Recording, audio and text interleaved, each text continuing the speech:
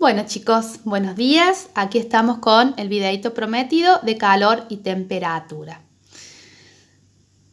A menudo confundimos calor o temperatura. Esto ya lo vimos en tercero, pero lo vamos a refrescar.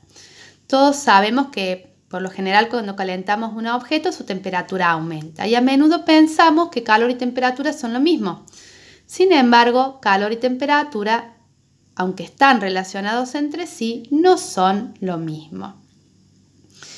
Cuando hablamos de calor, lo definimos como una energía en tránsito, un tipo de energía que puede pasar de un cuerpo a otro, fluir de manera natural y espontánea, siempre del cuerpo o sistema más caliente hacia el más frío. Estamos hablando de una magnitud escalar que se mide en joules o energios, ¿sí? En el Sistema Internacional en joules, en el CGS en ergios y también se suele expresar en calorías, ¿sí? La equivalencia entre joules y caloría es que un joule son 0,24 calorías y una caloría 4,18 joules. Muchas veces vemos que se expresa mucho en kilocalorías o kilojoules, ¿sí? En los paquetes de alimentos, galletitas, alfajores, etc. podemos ver el aporte energético puesto en kilocalorías o en kilojoules. Sabemos que el prefijo kilo es 1000, así que cuando habla de kilocalorías habla de 1000 calorías o kilojoule, 1000 joules. Luego podemos decir que la temperatura es una medida promedio de la energía de movimiento, o sea, de la energía cinética que poseen las partículas de un cuerpo o de un sistema. Muchas veces lo definimos como el grado de agitación térmica, ¿sí? La manifestación observable del grado de agitación térmica de las moléculas que forman un cuerpo. También es una magnitud escalar que se puede expresar en grados Celsius, grados Fahrenheit o grados Kelvin, ¿sí? Esas escalas las hemos visto en tercer año y aprendimos a pasar de grados Celsius o grados centígrados a Kelvin sumando 273 y de Kelvin a grados centígrados restando 273 y de grados centígrados a Fahrenheit multiplicando por 1,8 y sumando 32 o al revés, de Fahrenheit a centígrados restando 32 y a ese resultado dividiéndolo por 1,8. ¿Cuáles son los efectos del calor sobre los cuerpos? Yo puedo dar o quitar calor. ¿Y qué va a pasar en los cuerpos? Puede variar la temperatura. Si yo doy calor, aumenta. Y si yo quito calor, disminuye, se enfría. También cambios de estado. ¿Sí? Durante los cambios de estado no varía la temperatura. Simplemente la energía que se da o se quita, ¿sí? Se utiliza para cambiar el estado de agregación, el comportamiento de esas moléculas. Entonces vamos a tener, cuando yo doy calor, cambios de estado como la fusión, la vaporización, que se puede dar por medio de la evaporación o la ebullición, y la sublimación progresiva, que se da en algunas sustancias que pasan directamente de sólido a gas. Quitando calor puedo lograr condensación y licuación, solidificación o sublimación regresiva o inversa. Los cambios de estado tenemos que saberlos. Son muy importantes, ocurren en la vida diaria. Y también otro efecto del calor es la dilatación o contracción. La dilatación es un pequeño aumento del tamaño de un cuerpo cuando yo le doy calor y lo contrario es la contracción, que es una disminución en el tamaño del cuerpo al quitarle calor. Bien, luego tenemos las formas en que se transmite o se transfiere el calor, esta energía en tránsito. En los sólidos se da por medio de la conducción, es la vibración de las moléculas de mayor energía hacia otras de menor energía y le van transmitiendo el calor, ¿sí? Como en el caso del dibujito que nos muestra una cuchara de metal que al calentarse en un extremo se termina calentando toda. Luego la convección, que se da en líquidos y gases, por medio de corrientes de convección, que es el movimiento de masas de gas o líquido a diferente temperatura en corrientes ascendentes y descendentes, ¿sí? El calor o el líquido que está en contacto con la fuente, el gas o el líquido que están en contacto con la fuente de calor, al calentarse, ascienden y descienden moléculas de gas o líquidos fríos y así se va haciendo esa corriente. Luego tenemos la radiación que se va a dar en en el vacío o en los gases, ¿sí? A través de ondas electromagnéticas y no requiere que los objetos estén en contacto. Y es el típico caso de cómo el calor del Sol viaja desde el Sol a la Tierra, aunque no haya moléculas entre medio, ¿sí? En el vacío. Esto va a hacer que los objetos tiendan a lograr un equilibrio térmico, ¿sí? Muchas veces se puede, otras veces no.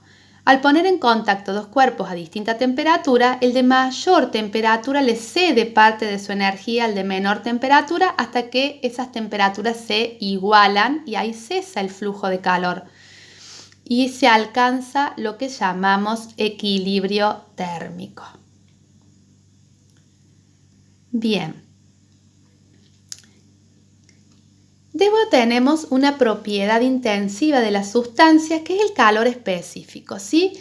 El calor específico se va a definir como la cantidad de calor que se debe suministrar a la unidad de masa de una sustancia para elevar su temperatura en 1 grado centígrado, por ejemplo. ¿Sí? Su fórmula es calor específico igual a calor sobre la masa por el delta T. ¿Sí?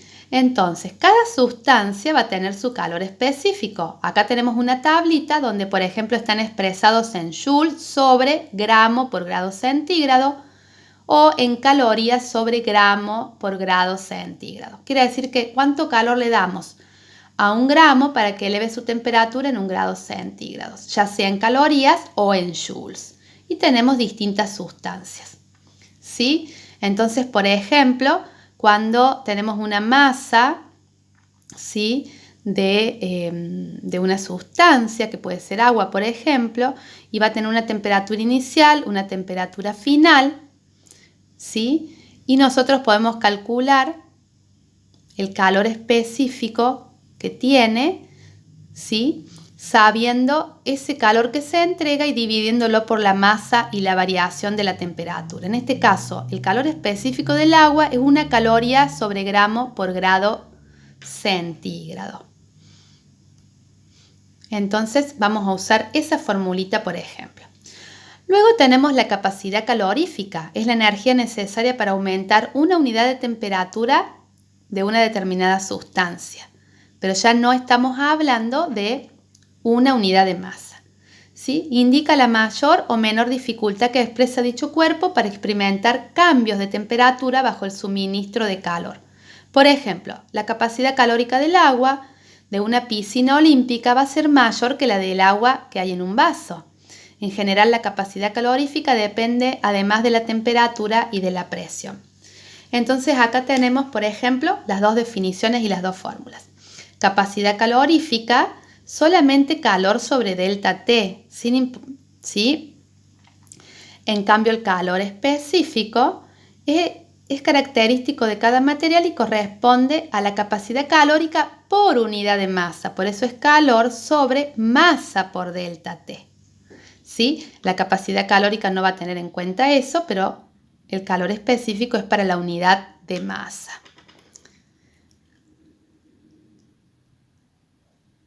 Bien, seguimos entonces. El calor se manifiesta en un cuerpo, ¿sí? Originando. Que el cuerpo cambie su temperatura, entonces le llamamos calor sensible. Que el cuerpo cambie de estado de agregación y le vamos a llamar calor latente. El calor es el mismo, pero la diferencia en cómo lo nombramos quiere decir si está haciendo que la temperatura varíe o si está haciendo que cambie el estado de agregación.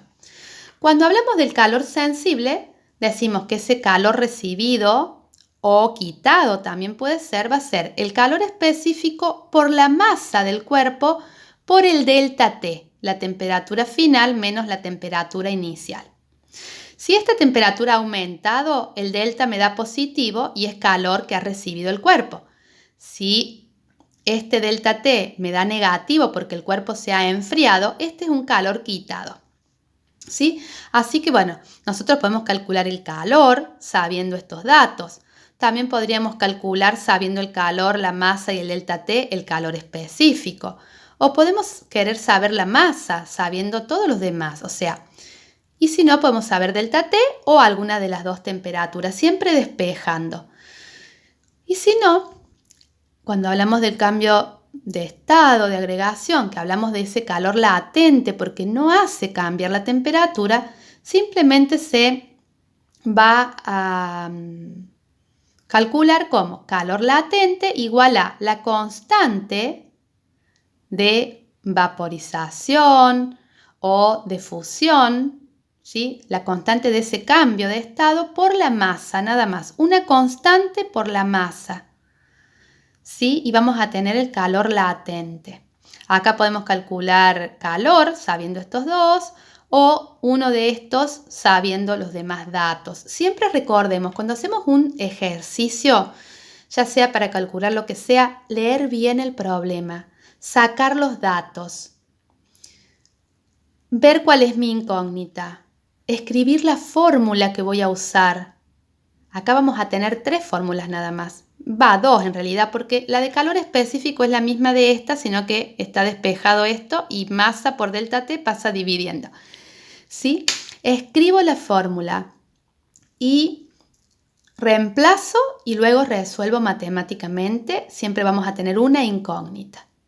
¿Sí? Así que es muy sencillo. Ustedes esto lo vienen trabajando desde tercer año, cómo resolver problemitas, tanto en física como en química. Bien, hay algo muy importante cuando yo tengo un problema, ¿sí? Nosotros cuando vamos a tener que ver los datos, cuando nosotros calculamos entre un cuerpo que se calienta o se enfría, vamos a hablar de calor sensible, pero a veces entre medio hay calores latentes también, ¿sí? Entonces tenemos que ver si la sustancia está cambiando de estado o no. Por ejemplo, acá en el caso del agua, si el agua está a 20 grados centígrados bajo cero y la quiero llevar a 100, de 20 va a aumentar la temperatura hasta 0, calor sensible. En 0 tenemos calor latente durante el tiempo en que cambia de estado. Luego, si yo quiero llevarla de 0 a 100, vamos a hablar de un calor sensible, porque hace aumentar la temperatura. Pero en 100 vamos a hablar de un calor latente, porque está cambiando de estado. Cada sustancia tiene sus puntos de cambio de estado, sus puntos de fusión y de ebullición distintos a las demás. Son propiedades intensivas también, temperaturas diferentes. Acá simplemente vemos un gráfico para el agua y acá lo vemos en una forma simplificada, dibujado, ¿sí? Por ejemplo, acá tenemos una masa de hielo, se derrite y pasa a ser agua y el agua puede calentarse y pasar a ser vapor de agua. Así que en esos cambios de estado hay un calor, por ejemplo, latente de fusión y en este otro cambio de estado hay un calor latente de vaporización. Pero también entre medio hay calores sensibles porque apenas el hielo se cambia, por ejemplo, a líquido, el líquido ahí nomás no va a evaporar, sino que luego lo tengo que calentar para evaporar. Y el hielo también, por lo general está varios grados bajo cero, va a calentarse hasta el 0 grado para después fundirse, o sea, nosotros le decimos derretirse. Así que estos cambios de estado, ¿sí? Durante el cambio de estado hablamos de un calor latente, que tiene su constante propia para cada sustancia y una es la constante de fusión y otra es la de vaporización. Las mismas son para la condensación y la solidificación, pero negativos, porque en vez de darle calor se lo voy a quitar. Entonces, por ejemplo, acá vamos a tener unas tablitas que yo les pongo, ¿sí? Y les recuerdo lo que es el punto de fusión y ebullición. ¿Por qué? Porque acá vamos a tener las temperaturas en que se funde y que ebulle, que son punto de fusión y punto de ebullición y veo que son en grados centígrados. ¿Para qué? Para saber a qué temperatura cambia de estado, porque recién a esa temperatura cambia de estado. Y acá tenemos el calor de fusión, que es positivo, porque para fundir yo tengo que dar calor, igual que el de vaporización, con sus unidades. Ahora, para hacer el cambio de estado contrario, por ejemplo, el contrario de la vaporización es la condensación, va a ser el mismo valor pero negativo porque yo se lo quito a ese calor. Igual que el cambio de estado contrario a la fusión es la solidificación y ahí va a ser el mismo valor pero negativo porque nuevamente estoy quitando. A esta temperatura se vaporiza, a esta temperatura se funde. ¿Sí? Acá también tenemos otra tablita. En este caso, la constante está en kilocalorías sobre kilogramos y en este caso está en calorías sobre gramos. ¿Sí? En la fórmula de calor latente no va la temperatura, así que yo no voy a usar estas temperaturas. ¿Y para qué nos da, profe, esa temperatura? Para que veamos justamente, valga la redundancia, a qué temperatura cambia de estado. A qué temperatura hay un cambio de estado, hay un calor que va a ser usado para eso y se va a llamar latente. Bien, y por último hablamos de dilatación y la dilatación térmica por dar calor, ¿sí? Contracción sería lo contrario, quitando calor, puede ser lineal, ¿sí?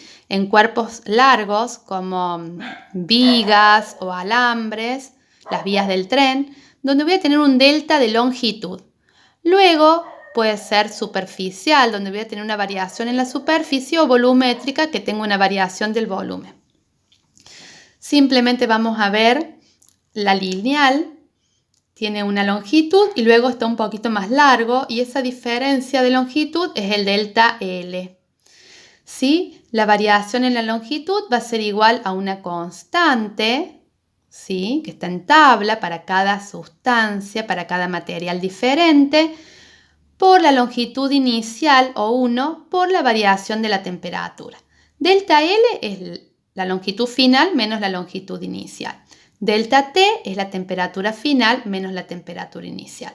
Por lo tanto, la longitud final va a ser igual a la longitud inicial, ¿sí? Por, abrimos corchete, 1 más el coeficiente de dilatación por delta T.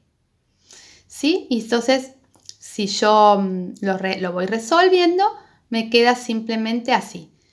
Longitud final es igual a longitud inicial por 1 más el coeficiente de dilatación de ese material por la variación de la temperatura. Y acá tenemos, yo les escribí todos esto que les acabo de explicar. Así que simplemente también, si tenemos un problemita de eso, es simplemente reemplazar los datos, buscar en la tabla el coeficiente de ese material. Bien, chicos, un tip más con respecto acá a cuando yo hago ejercicios con calor sensible o calor latente, y es que si yo, por ejemplo, les digo que quiero elevar la temperatura del agua de 80 a 140, ustedes me dicen, varió la temperatura de 80 a 140, voy a usar este.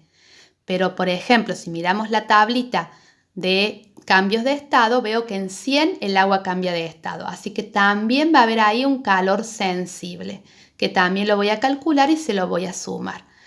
Siempre tengo que mirar las tablitas, ¿sí? Porque tengo que ver si está sucediendo entre medio de las temperaturas que doy un cambio de estado, por ejemplo. ¿Sí? Ya vamos a hacer ejercicios y lo vamos a explicar. Esta es la teoría del tema calor y temperatura.